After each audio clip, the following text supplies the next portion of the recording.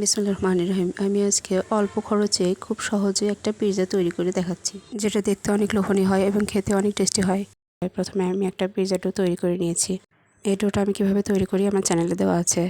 এখন একটা পিৎজার শেপ দিয়ে তাতে দিয়ে দিলাম পিৎজা সস, চিজ আর চিকেনটা আমি রান্না করে নামানোর আগে পেঁয়াজ দিয়েছি হাফ বাটি দিয়ে হালকা একটু আঁচে রান্না করে নামিয়ে নিয়েছি। পেঁয়াজটা আমি বেশি সেদ্ধ করব না।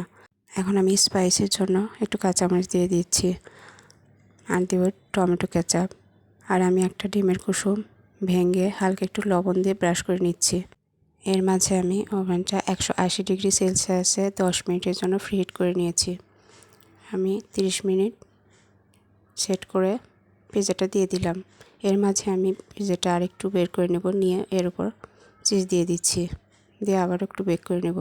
পিৎজাটা হতে আমাদের 30 মিনিটই লাগবে। পিৎজাটা আমি কেটে দেখাচ্ছি। এরকম একটা পিৎজা রেস্টুরেন্টে কিন্তু আমাদের চড়া দামে কিনতে হয়। বাড়িতে যদি আমরা এভাবে স্বাস্থ্যসম্মতভাবে পিৎজা তৈরি করে নিতে পারি, তাহলে আমাদের আর রেস্টুরেন্টে যেতে হবে না। চাইলে আপনারা বানিয়ে নিতে পারেন। আমার কাজগুলো যদি আপনাদের ভালো লেগে থাকে, অবশ্যই আমাকে সাপোর্ট করবেন।